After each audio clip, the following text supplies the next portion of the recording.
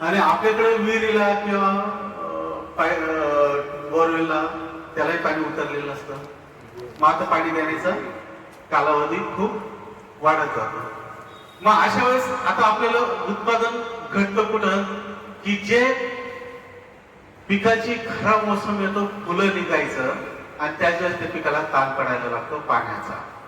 आता पाण्याचा ताण पडला, वरून ऊन असलं की आपण जे दिलेलं पाणी असतं त्याची वाफ होत असते, इव्हॅपोरेशन होत असतं. ते जमिनीतून पाणी घेतं खरं, पण त्याची वाफ होऊन जाते. त्याचा वापर तुमचं फुल प्रक्रियेमध्ये किंवा फळ प्रक्रियेमध्ये त्याला करता येत नाही. अशा वेळी ते झाड फक्त जिवंत राहतं, त्याला बाकीच्या गोष्टी गरजेचे नसतात. मग ते काय करतं, एक एक फुल ड्रॉपिंग करतं किंवा कमी फुल काढतं. मग आता हे जे कमी फुल काढतं किंवा कमी आलेलं फुल ड्रॉपिंग करतं, ते याला थांबवण्यासाठी धन्वंतरीच्या बास्केटमध्ये खूप सुंदर प्रोडक्ट दिलेले आहे, फ्लोरा रिच. हे फ्लोरा रिच जो ताण पडलेला असतो, ट्रेस आलेला असतो, तो काढतो आणि नवीन फुल काढून देण्याचं काम करतो. त्याच्याबरोबर जो ट्रेस घालवण्यासाठी आपण RPS 76 2 ml उकळून देऊ शकतो.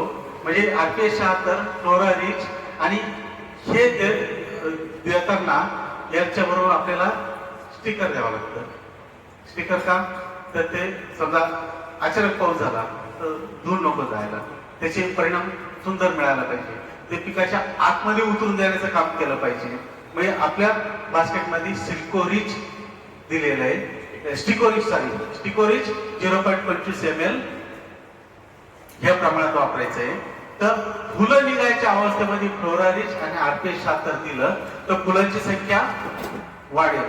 फुलं वाढले म्हणजे शेंगा वाढतील, शेंगा वाढल्या म्हणजे प्रोडक्शन वाढेल. आलं लक्षात?